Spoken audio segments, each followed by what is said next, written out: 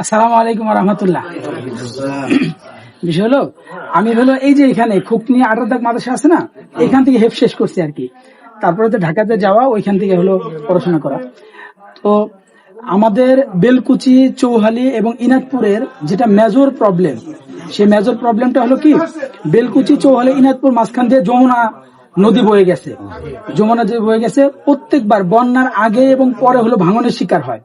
আপনার চৌহালি যারা গেছেন, চৌহালি ভাঙতে ভাঙতে একেবারে নাগরপুর, টাঙ্গাইলের কাছে চলে গেছে, মানে 4 ভাগের 3 ভাগই ভেঙে গেছে। অধিকাংশ মানুষ হলো এখন তাদের বাড়িঘর হলো যমুনাতে বিলীন হয়ে গেছে। এই হলো চৌহালির অবস্থা। গতকালকে আমি চৌহালি হসপিটালে গেছি দেখার জন্য।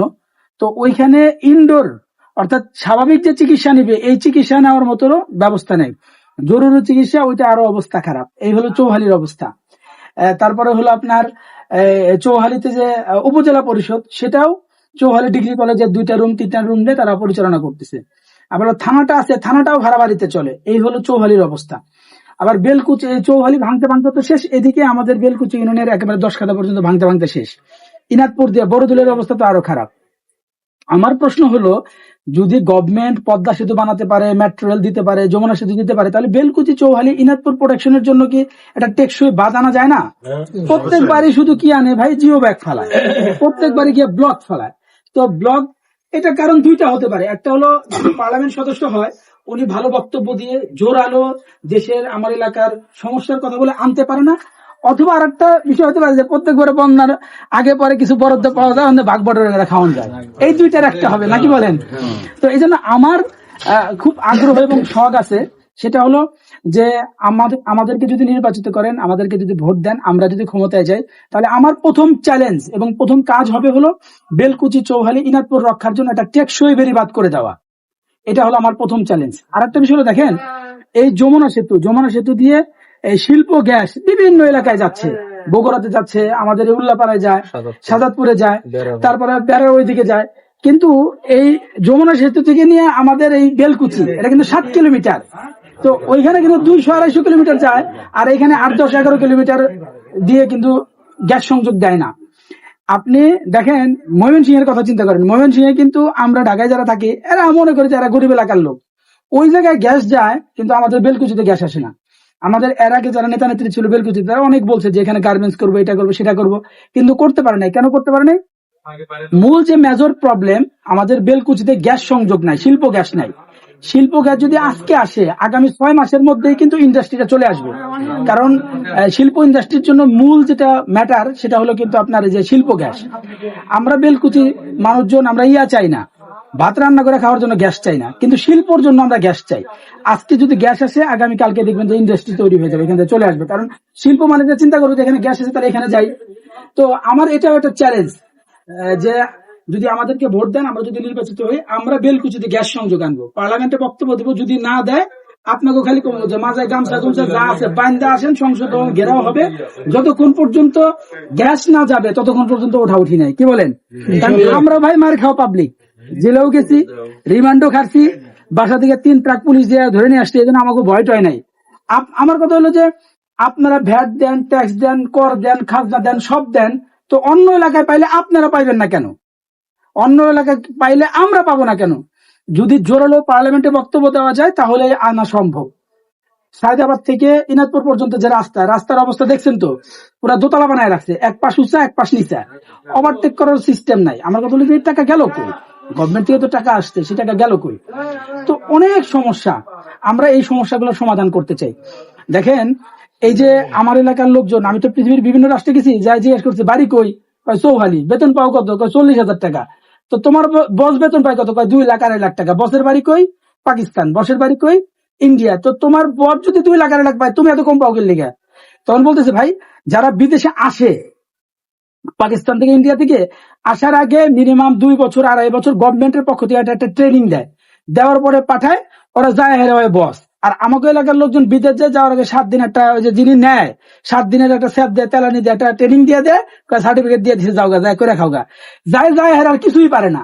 না পারার কারণে কিন্তু বেতনও পায় না। কি ভাই কথা বুঝতে পারছেন?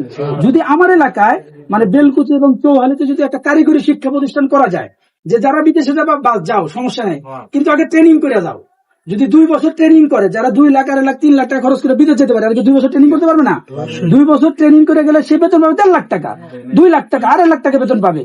কিন্তু এই সূক্ষ্ম পরিকল্পনা না থাকার কারণে আমার এলাকার অসংখ্য বেকার আবার বিদেশ যাওয়াও টাকা পাইতেছে না। তো এই জন্য আমার এইটা একটা প্ল্যান আছে যে আমরা এগুলি করবো ইনশাল্লাহ। এখন এই জন্য আপনাদের সহযোগিতা এবং দোয়া চাই। আর একটা কথা বলে দেখেন, এই এলাকাটা হলো আমাদের এলাকা হলো কৃষি প্রবণ এলাকা, কৃষি প্রধান এলাকা। এখানে কিন্তু আপনারা ধান চাষ করেন, বিভিন্ন জিনিস চাষ করেন। আচ্ছা, 1 বিঘা খেতে মিনিমাম 20-22 মণ ধান হয় না? 20-22 মণ ধান হয় না? এই 20-22 মণ ধানকে আপনি একলা খাই ফেলেন সারা বছর, নাকি আপনি খান আবার আপনারা বিক্রি করেন? বিক্রি করেন কার কাছে? যে নাকি আবাদ করে না, তার কাছে বিক্রি করেন না? যদি টোটালি যদি স্ট্রাইক করতো যে আমরা কেউ ধান আবাদ করবো না, তখন কি হবে? সরকার বিদেশ থেকে ধান চাল গম আইন আপনাকে খাওয়ানো লাগবে না? গভর্নমেন্টের তো এটা দায়িত্ব আমাদের খাওয়ানোর, তাই না? তো আনা লাগবে না? তো সেই জায়গায় আপনি কি করতেছেন? আবাদ করতেছেন, আবাদ করে নিজে খাচ্ছেন, আর একজনের খাবার ব্যবস্থা করতেন, যদিও টাকা পান। এখন গভর্নমেন্টের উচিত ছিল কি? গভর্নমেন্টের উচিত ছিল আপনি যেহেতু আবাদ করতেছেন, আপনাকে সার, বীজ, কৃষি যন্ত্রপাতি ফ্রি দেওয়ার উচিত ছিল। কারণটা কি? কারণ হলো যে ধরলাম বাংলাদেশে 50 টাকা কেজি চাল, এই চালটা চায়না থেকেও আমরা যদি আমদানি করি, ধরলাম 50 টাকা কেজি, তাহলে ওইখানেও 50 টাকা, আমাকেও 50 টাকা। কিন্তু ওইটা যদি আনেন, আমরা তো মাল আনি চায়না থেকে প্রায় 250 টাকা কেজি প্লেনে আনতে দিতে হয়। আবার যদি 22 শিপে আনি 13, 14, 15, 20 টাকা কেজি এখানে খরচ হয়। তাহলে 50 টাকা বাংলাদেশে, 50 টাকা চায়না, কিন্তু আনতে যে 20 টাকা খরচ, এটা খরচটা দিচ্ছে না এখানে আমাদের। তো সেই জায়গাটা আপনারা সাপোর্ট দিচ্ছেন না। তাহলে সরকারের উচিত ছিল কি? সরকারের উচিত ছিল যারা নাকি আবাদ করবে তাদের সার, বীজ, কৃষি যন্ত্রপাতি ফ্রি দিয়ে দেওয়া। কিন্তু গভর্নমেন্ট কিন্তু আপনাদের দিচ্ছে না। আপনারা কিন্তু সরকারকে অনেক সাপোর্ট দিচ্ছেন, কিছু দেয়। এই যে চৌহালি এর আগে 2-3 মাস আগে সাংবাদিকরা আমারে পাঠাইছে যে ভাই এতগুলা কার্ড আইছে, অমুক নেতা 20টা 22টা 15টা করে লয়ে গেছে গা। কথা বুঝছেন? তাহলে নেতাগো পেট কত বড়, প্রকৃত কৃষকরা তো পায় না, যে কয়টা আসে খাবলা দিয়ে ওরা খায় ফেলায়। কথা বুঝতে পারছেন? এই হলো আমার এলাকার চরিত্র বা ইতিহাস। তো আমরা চাচ্ছি যে এই দুর্নীতিগুলো বন্ধ করতে এবং আমার এলাকার উন্নয়ন করতে। এটা হলো আমাদের টার্গেট, এটা হলো প্ল্যান। যদি আপনারা ভোট দেন, এতটুকু তো বিশ্বাস করা যায়, আমরা যদি ক্ষমতায় যাই চুরি যে করবো না, এতটুকু বিশ্বাস করা যায় না?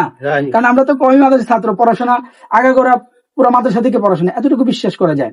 তো এই জন্য আপনাদের দোয়া চাই, সার্বিক সহযোগিতা চাই। আপনারা যদি ভোট দেন, আমরা ইনশাল্লাহ আপনাদের এলাকা, আমাদের এলাকা, এই টোটাল বেলকুচি চৌহালিও মানুষের ভাগ্যের উন্নয়নের জন্য কাজ করবো।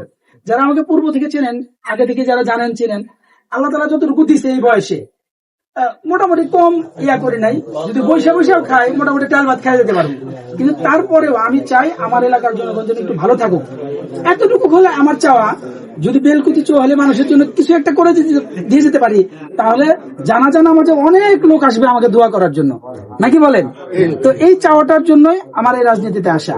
আশা করি ইনশাল্লাহ এইবার দিচ্ছেন তো ভোট অনেকবার, এইবার আমাদেরকে ভোট দেন, আমরা যদি জয়যুক্ত হই আপনাদের জন্য কাজ করবো ইনশাআল্লাহ। সবার দোয়া চাই। আপনাদের সময় নষ্ট করলাম, মাফ করবেন।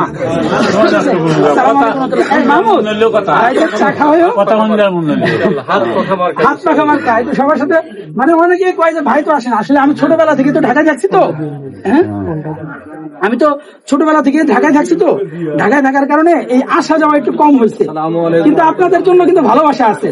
তো ঠিক আছে, দোয়া চাই বাবাজি, দোয়া চাই। হাত পাখা মার্কা নূর মুরব্বি মুসাফা করে দেয় নাকি? দোয়া চাই।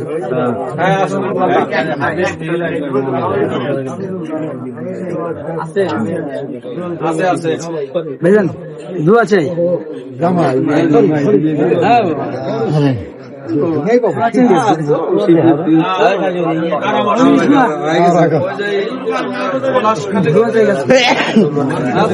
মনে থাকবে ইনশাল্লাহ।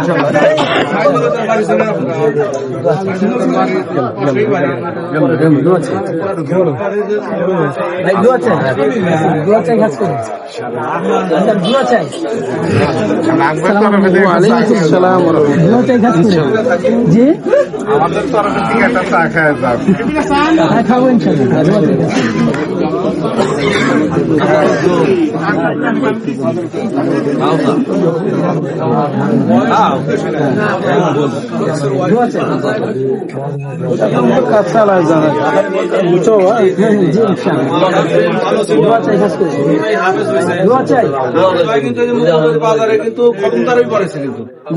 মাওলানা আব্দুল কাদের সিরাজি আমার ভাতিজা সম্পর্কে।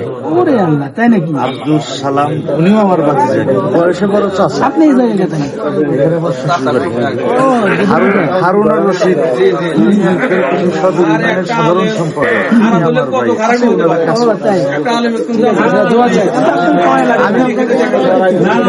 শ্বশুর বাড়ি দুধের বেটে 1 লাখ খায়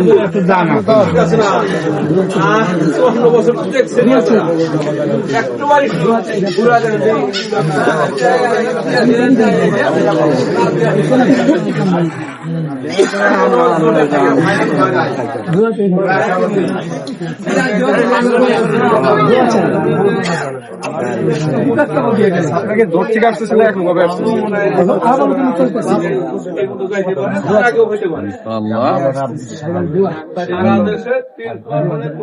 দোয়া করবেন, কর্ম মেলা কামও করবো, ভোট ভোটের কাম হইতেছে না, দুটো দিন দাঁড়া গেল।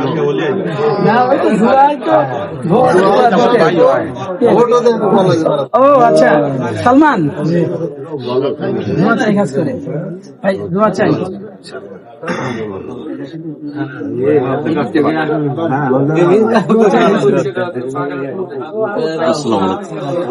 মসজিদে হ্যান্ডশপ করলে আমি তো আবার আমাদের হুজুর